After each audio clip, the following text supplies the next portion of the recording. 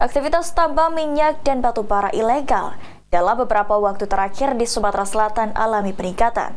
Walaupun pemerintah provinsi tidak memiliki wewenang dalam menangani hal tersebut, namun pemerintah provinsi Sumatera Selatan akan ikut membantu pusat untuk mengatasi masalah tambang ilegal. Aktivitas tambang ilegal mulai dari minyak hingga batu bara cukup marak dalam beberapa waktu terakhir. Aktivitas ini tentunya melanggar hukum karena sesuai undang-undang setiap aktivitas tambang harus memiliki izin. Namun dalam proses ini pemerintah provinsi tidak memiliki wewenang untuk melakukan pengawasan, sosialisasi, dan penertiban karena seluruhnya kembali ke pusat. Akan tetapi disampaikan oleh Kepala Dinas SDM Sumsel, Hendriansyah, mereka tidak lepas tangan dalam aktivitas tambang ilegal ini, di mana pemerintah provinsi akan ikut membantu pusat mengatasi masalah tambang karena aktivitas tambang ilegal cukup berdampak dengan lingkungan dan sosial masyarakat.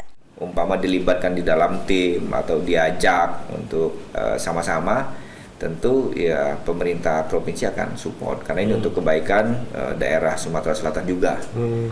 Karena dengan maraknya, itu saya sebutkan di awal, dengan maraknya kegiatan ilegal ini tentu dampak-dampak lingkungan, dampak-dampak sosial ke masyarakat, kemudian keselamatan kerja orang-orang yang bekerja menjadi penambang-penambang ilegal ini kan sangat riskan. Sejauh ini, menurut Hendriansyah, pemerintah Provinsi Sumatera Selatan telah negosiasi dengan Kementerian ESDM agar melibatkan pemerintah provinsi dalam kegiatan migas, batu bara, dan logam, sehingga pemerintah provinsi bisa ikut serta dalam mengatasi aktivitas tambang ilegal. Firman Hidayat, PAL TV.